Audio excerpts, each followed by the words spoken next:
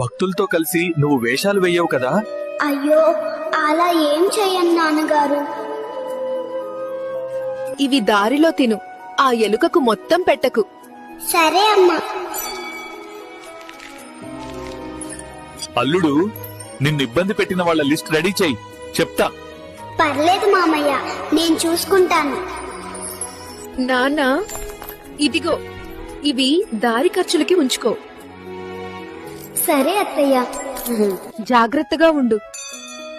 Next month నేను వస్తున్నా అని చెప్పు వాళ్ళకి.